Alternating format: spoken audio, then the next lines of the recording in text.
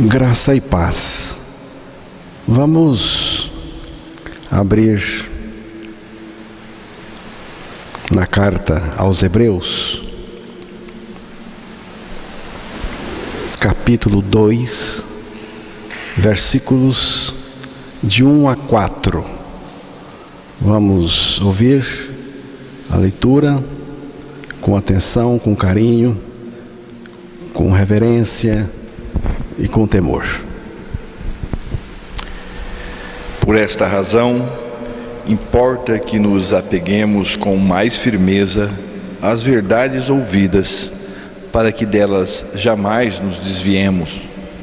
Se, pois, se tornou firme a palavra falada por meio de anjos, e toda transgressão ou desobediência recebeu justo castigo, como escaparemos nós se negligenciarmos tão grande salvação, a qual, tendo sido anunciada inicialmente pelo Senhor, foi-nos depois confirmada pelos que a ouviram, dando Deus testemunho, juntamente com eles, por sinais, prodígios e vários milagres, e por distribuições do Espírito Santo, segundo a sua vontade.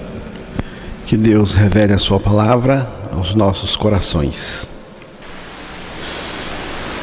Este texto é uma exortação rigorosa para se dar ouvido e atenção à mensagem do Evangelho, e também para não se desviar dela em tempo algum. O Evangelho são as boas novas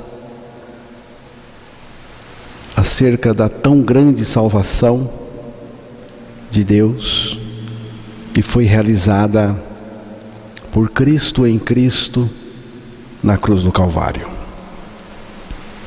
Esta salvação consiste da morte e ressurreição de Jesus Cristo e também da nossa morte e ressurreição em Cristo, porque são experiências compartilhadas conosco.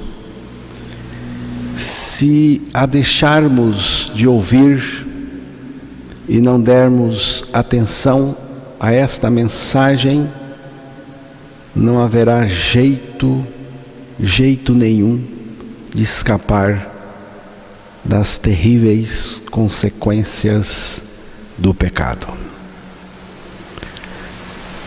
O versículo 1, na versão que estamos usando, apresenta a última sentença assim: para que delas jamais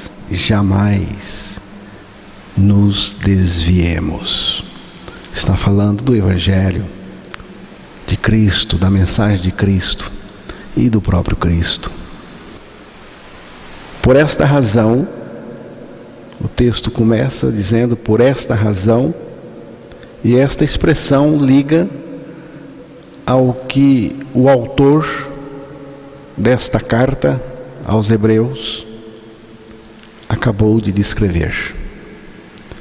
Isso só pode se referir à revelação trazida por Cristo. O autor da carta, no capítulo anterior, argumenta que Cristo é melhor, é superior, porque Ele é o Filho de Deus. Ele diz que nestes últimos dias, Deus nos falou pelo Filho. O Filho aqui é Jesus Cristo. A expressão últimos dias se refere ao período entre a primeira e a segunda vinda de Cristo. Tecnicamente, Deus mesmo veio. Jesus Cristo é a manifestação de Deus neste mundo. Jesus Cristo é toda a revelação e manifestação de Deus neste mundo. Tudo está na pessoa de Cristo. E agora, Ele, o Filho, é quem fala. Diz aí que Ele é herdeiro de todas as coisas. Também diz que Ele fez o universo, que Ele é criador de tudo que existe. Ele é a expressão exata do ser divino. Ele é Deus. Ele é Deus. Ele é superior aos anjos. E quanto ao seu nome, não existe rivais para o nome de Jesus. Ele sustenta todas as coisas pela sua palavra poderosa. E tem mais. Depois de ter feito a purificação dos pecados, assentou-se à direita da majestade nas alturas. Aqui é sim a obra da cruz. Cristo nos purificou do pecado quando Ele morreu por nós e nos levou a morrer com Ele. A sua obra na cruz é suficiente e poderosa para nos libertar e nos despoluir totalmente do pecado. Sabemos que nós também morremos com Cristo naquela cruz. E quando Cristo foi ressuscitado pelo poder do Pai, nós também fomos ressuscitados juntamente com Ele. E Ele agora está em nós. Em nós Ele é a nossa vida, Ele vive em nós, Ele é o nosso tudo. Ele hoje está à direita da majestade, nas alturas, como o texto disse. Mas também está em cada um que crê que com Ele morreu e ressuscitou, porque Paulo disse de uma maneira categórica: já estou crucificado com Cristo e vivo não mais eu, mas Cristo vive em mim. Então, o autor da carta aos Hebreus vem enaltecendo, focalizando a pessoa de Cristo como aquele que é superior a tudo e que é tudo, que fez tudo, que é totalmente suficiente. E ele vai continuar enaltecendo, exaltando, apresentando a pessoa de Cristo no resto da carta, mas ele faz uma interrupção, ele interrompe para introduzir a primeira das várias advertências encontradas nesta carta aos Hebreus. Esta advertência inicial é contra o desvio da mensagem do Evangelho. Estava havendo, irmãos, uma debandada por parte de alguns que haviam aderido ao Evangelho, a revelação trazida pelo Filho de Deus, mas não tiveram de fato uma experiência com Cristo, aquela experiência que muda a vida da gente e muda para sempre. Tudo indica, eram pessoas que creram superficialmente, mas não nasceram de novo. E o resultado foi a debandada, o desvio, o retrocesso. Essas pessoas estavam se desviando, isto é, voltando as costas para Jesus Cristo, para a sua mensagem, para o Evangelho e também para a sua salvação. Salvação que é chamada aí no texto de tão grande salvação. Fica nítido a existência de dois grupos. Um que estava firme e outro que estava se afastando, dando no pé, vira-casaca. No início, aquelas pessoas seguiam o ritmo da fé cristã, mas com a tribulação, o arroxo que estavam passando, o sofrimento por causa do Evangelho, por causa de Jesus Cristo, essas pessoas saíram do ritmo rapidamente. E aqui é uma lição para nós. É uma lição para nós porque será que nós não estamos saindo do ritmo? Aquele ritmo que começamos intenso, mas será que não está acontecendo aí alguma coisa? O desânimo, a falta de vontade. E o sofrimento nem chegou ainda, nem chegou para valer ainda. No início, eles tinham calor, estavam dispostos a nadar contra a correnteza, porque no Evangelho é assim. A gente sempre vai contra a correnteza, contra o mundo. Mas nessa altura dos acontecimentos, estavam sendo levados pela correnteza. A coisa virou. Essa turma não aguentou e estava agora sendo levada pelas águas, pela correnteza. Jesus sempre enfrentou isso. A multidão seguia Jesus Cristo, mas não estava de fato com Ele. Seguia, mas não estava de fato com Ele. E o resultado foi uma debandada. O capítulo 6 de João mostra isso para nós. Nós não vamos ler esse texto agora.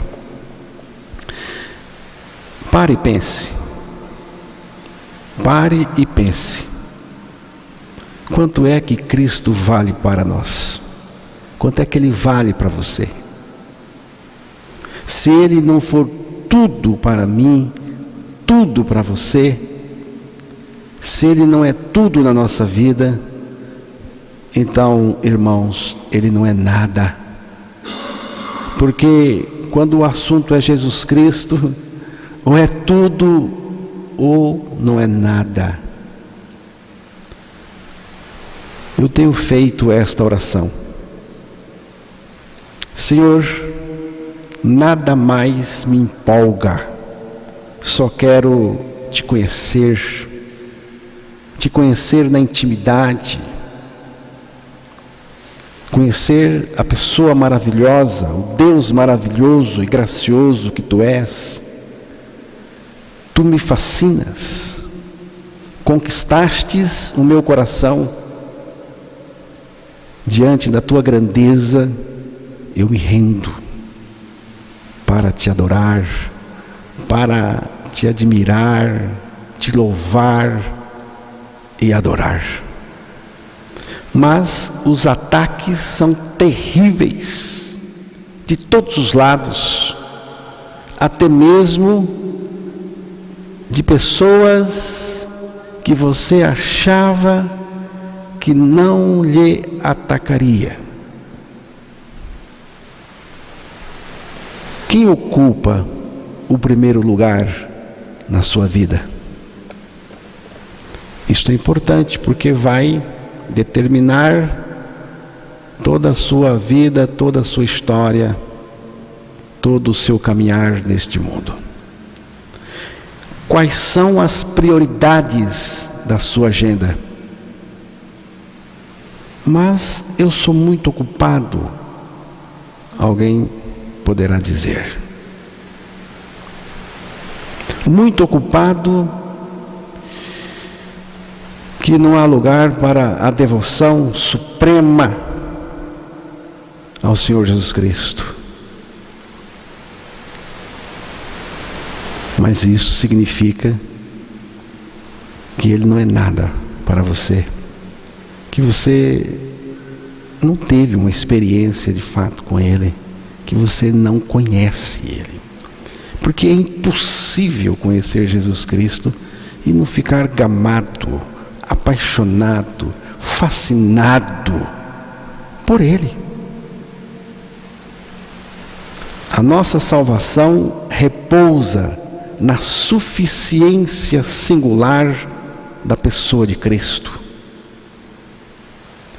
O primeiro sinal que não está nada bem é desfocar da supremacia sem igual de Jesus Cristo. É o primeiro sinal. Jesus acaba sendo reduzido a um detalhe, a uma discussão. Então, irmãos, o primeiro sinal de uma apostasia, que a pessoa está saindo fora, é que ela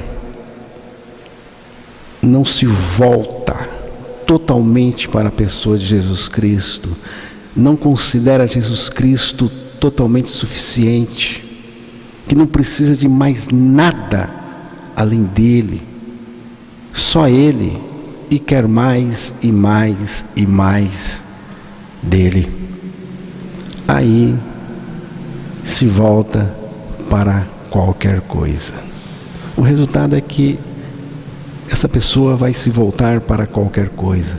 Essa igreja, esse grupo, seja o que for, se Jesus Cristo não é a centralidade absoluta, o resultado é o desvio.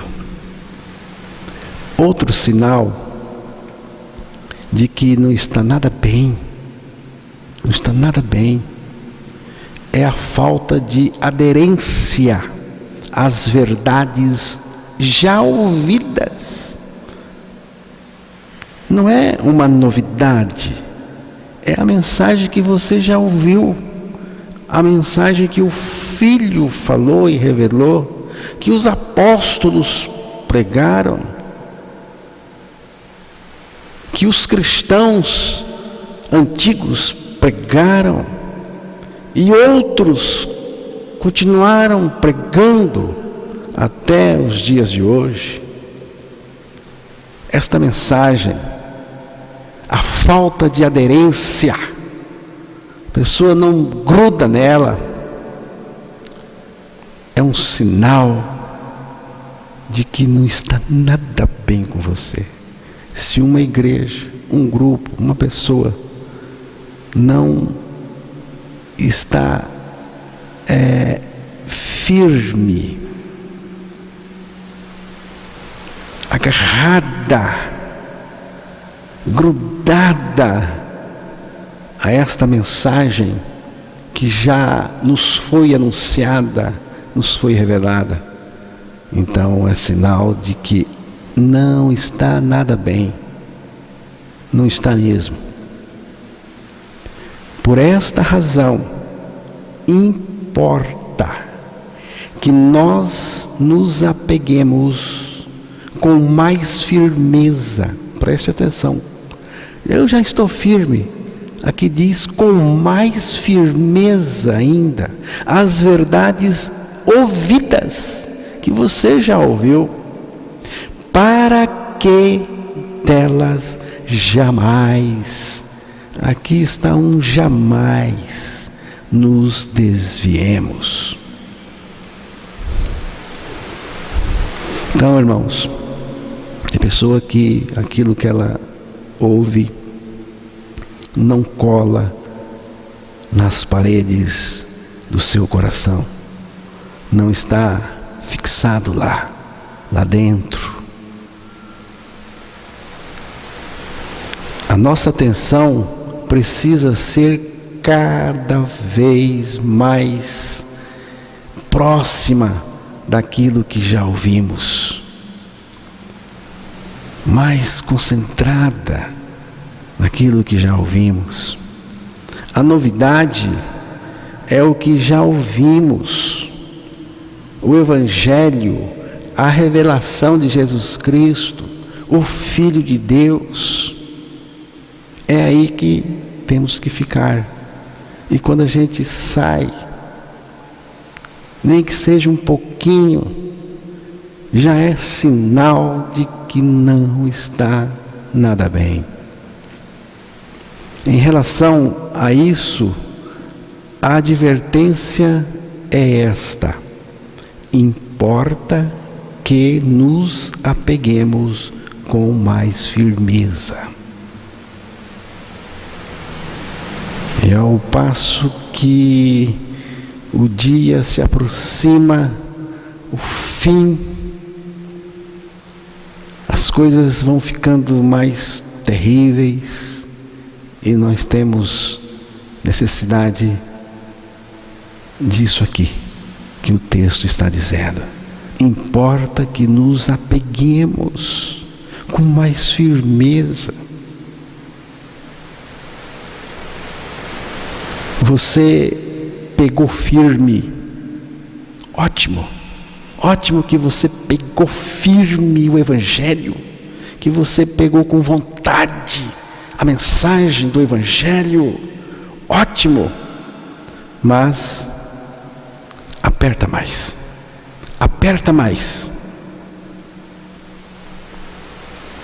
porque o texto diz com mais firmeza, com mais vontade ainda, de ficar grudado às verdades já ouvidas do Evangelho. O Evangelho. Há no apóstata uma falta de vontade de ouvir Deus falar por sua palavra. Aqui está um sinal que não está nada bem.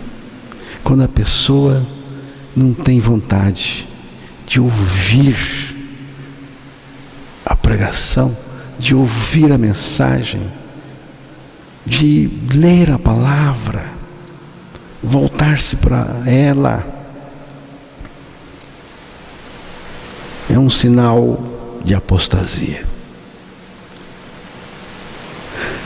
Mas também quero dizer aos irmãos que ninguém e nada arranca uma pessoa firmada de fato na palavra de Deus, no Evangelho, na pessoa de Jesus.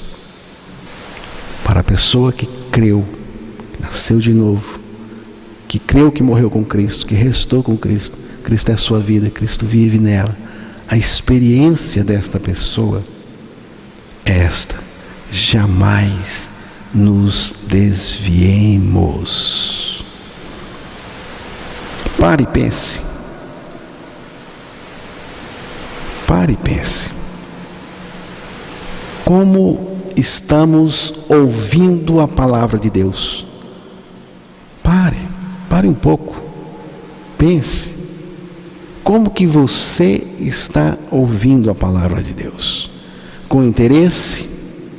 com seriedade, com temor. Você tem temor diante da palavra de Deus?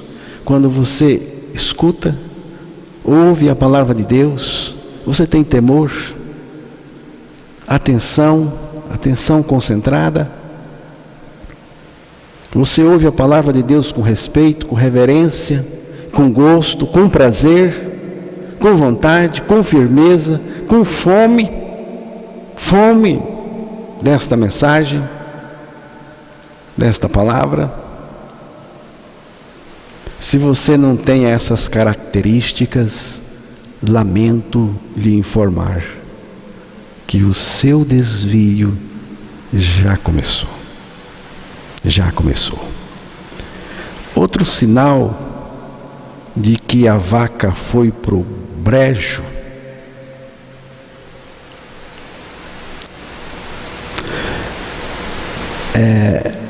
é o seguinte: e não se importar com a tão grande salvação de Jesus Cristo, que está aí no versículo 3.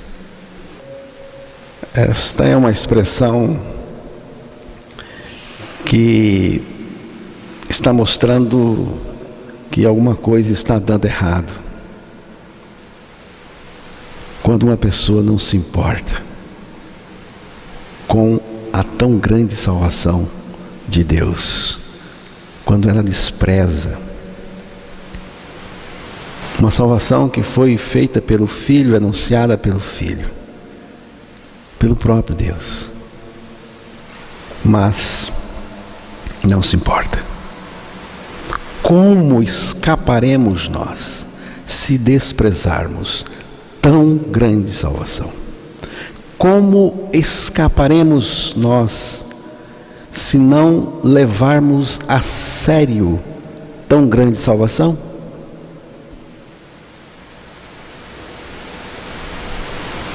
Pare e pense. Pare um pouquinho e pense. Como você vê esta salvação de Deus? Como que você vê ela?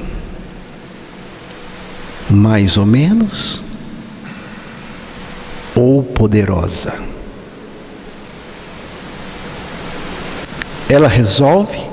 Você acha que esta tão grande salvação resolve a sua situação? Ela resolve a nossa situação? Ela resolve para nós? Ou é um quebra-galho? Você acha que a salvação de Deus é um quebra-galho? Uma gambiarra? Um paliativo? Se é assim que você vê, é por isso que você a despreza. Não se importa com ela.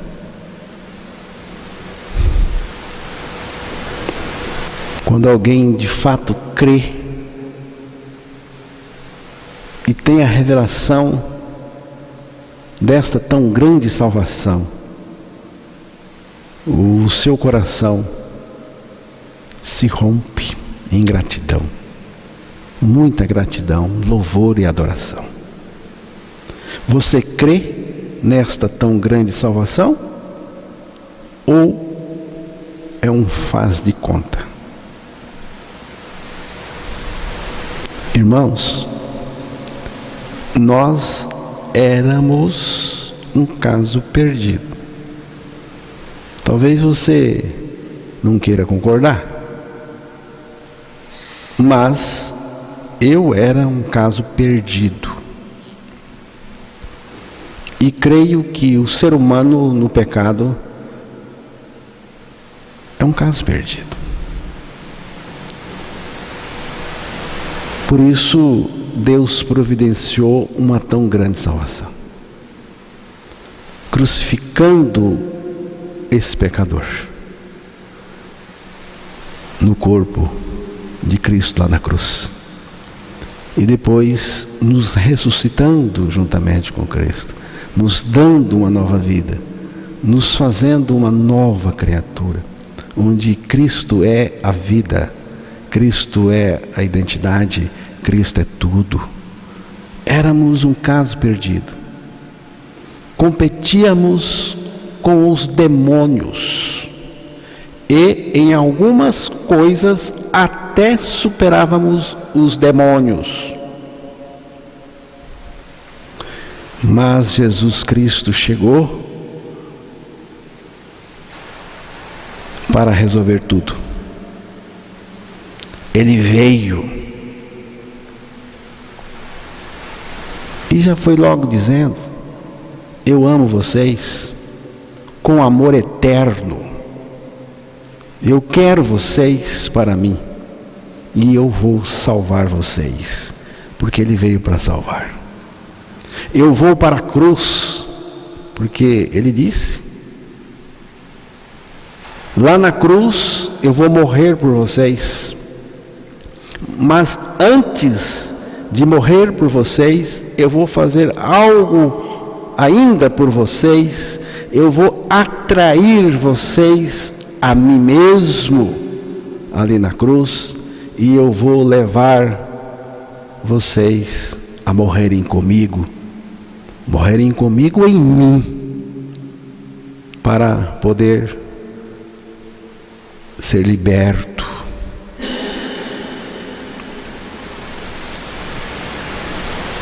Então, irmãos, morremos com Cristo para sermos libertos do pecado de nós mesmos, e depois ressuscitar com Ele, juntamente com Ele, para receber em nós a vida dEle e Ele mesmo, porque Ele está em nós vivendo a vida dEle, que é uma vida justa e santa. Esta é a maior proeza do universo. Só temos que crer de verdade. Mas o apóstata não consegue ver esta salvação desse modo. O que ele vê? Vê uma salvação medíocre, vê uma salvação do tamanho da mediocridade da vida que leva. A salvação do apóstata, daquele que está se desviando, é capenga. E sabe por que é capenga? Não é porque a salvação de Deus é capenga. É capenga porque a vida dele é capenga. Vê uma salvação ineficaz contra o pecado. Não crê que esta tão grande salvação é capaz de nos libertar do pecado, tirar-o do pecado. Vê uma salvação ineficaz, pois está sempre contaminado com o pecado. O meu pecado é tão alto quanto o céu, pois não me deixa ir para lá. E é tão profundo quanto o inferno, pois é para lá que Ele vai me levar. A minha salvação me arranca do pecado e me leva para o céu. Desprezá-la, tratá-la como algo de somenos importância, algo menor, resulta na perdição eterna. Como escaparemos se desprezarmos tão grande salvação? Não faça isso. Não despreze. Não desvie. O apóstata cada dia despreza mais, Já o salvo, cada dia enxerga mais a grandeza dessa salvação de Deus e mais firme ainda se agarra a ela. Judas, o traidor, será que ele tinha essa intenção de abandonar Jesus desde o primeiro dia que integrou o grupo de Jesus? Será que ele tinha essa intenção? Será que ele pensou assim: eu vou entrar aqui no grupo, foi Jesus que introduziu ele? Será que ele pensou: eu vou entrar aqui, mas eu vou trair Jesus? Será que ele já começou pensando assim? Provavelmente não. Suas pretensões nunca foram as de Jesus. Preste atenção nisso. As pretensões de Judas, o traidor, desde o início nunca foram as de Jesus. O único discípulo que nunca chamou Jesus de Senhor. Tinha o coração voltado ao dinheiro, a este mundo. É provável que desde o primeiro dia que ele foi integrado por Jesus ao grupo, que ele começou a se afastar de Jesus, até inconscientemente. Ele começou a se afastar de Jesus, até o abandonar totalmente, até aquele dia em que ele saiu da sala e foi embora, junto com o amigo dele, com o companheiro dele, que entrou nele, o próprio Satanás. Aquele dia ele saiu da sala e não voltou mais. Não voltou mais. Ele colocou Jesus na bolsa de valor e deu um preço. 30 moedas de prata, que era uma profecia. Mas depois ele percebeu que valia menos do que isso. E atirou as moedas fora e foi para o devido lugar. Ele foi para o inferno. Ele morreu, o filho da perdição. E eu não creio que ele se arrependeu. A palavra de Deus não mostra isso.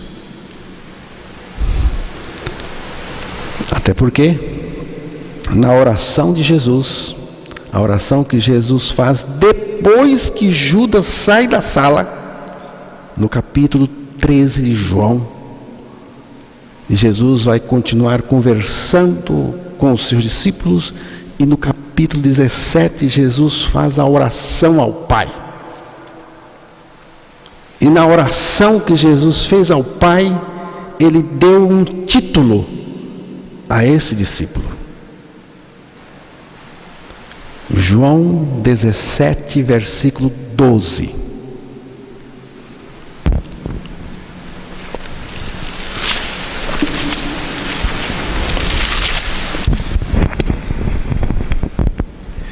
Quando eu estava com eles, guardava-os no teu nome, que me deste, e protegi-os, e nenhum deles se perdeu, exceto o filho da perdição, para que se cumprisse a Escritura. Aí Jesus chamou ele de filho da perdição. Filho da perdição. Na mesma noite que ele sai da sala, consumando a sua total apostasia, seu desvio do Evangelho de Jesus, da mensagem que Jesus trouxe e revelou do próprio Jesus. Irmãos, aqui está algo terrível.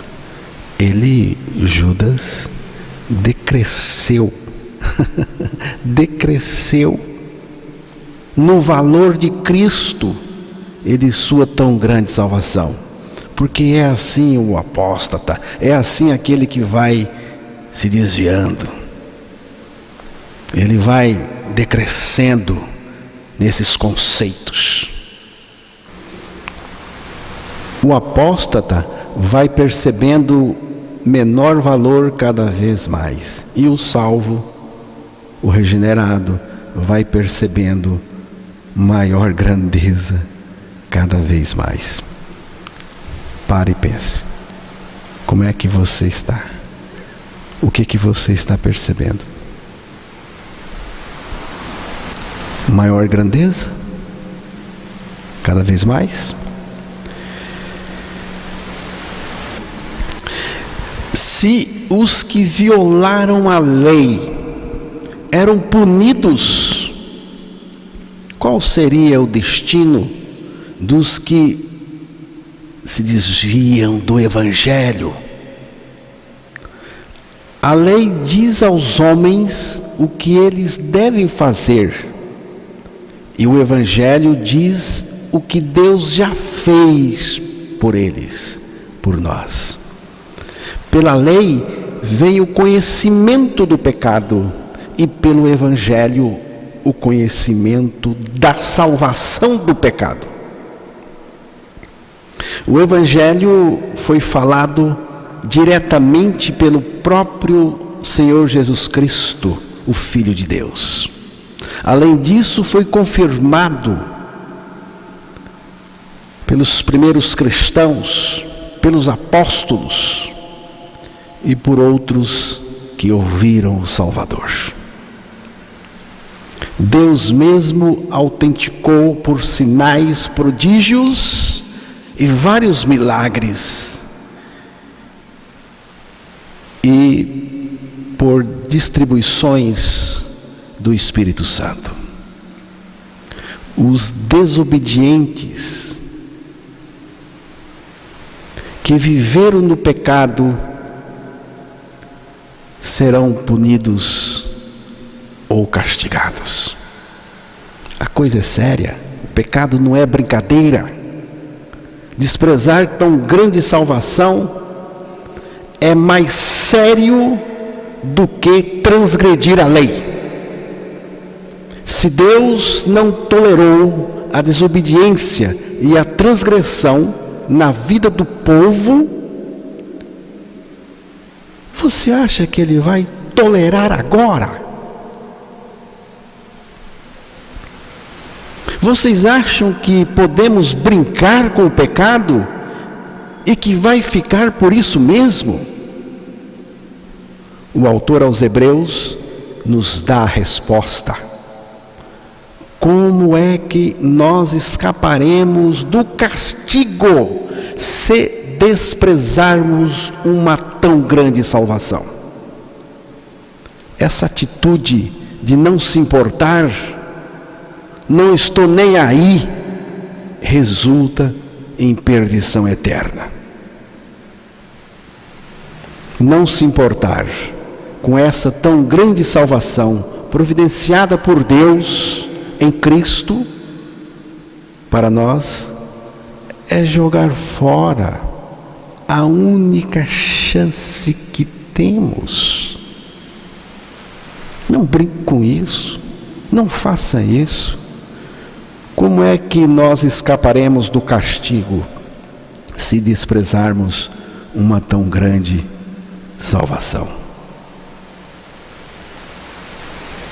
Se você não se importa com o que Ele fez para você, para nós, para nos salvar, neste caso, só nos resta mesmo é o inferno.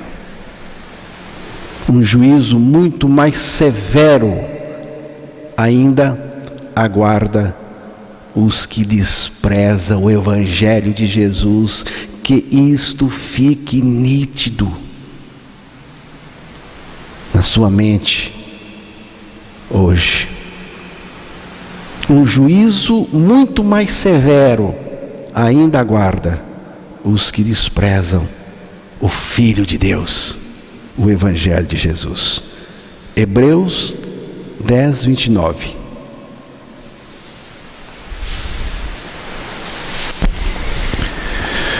De quanto mais severo castigo julgais vós, será considerado digno aquele que calcou aos pés do Filho de Deus e profanou o sangue da aliança com o qual foi santificado e ultrajou o Espírito da graça?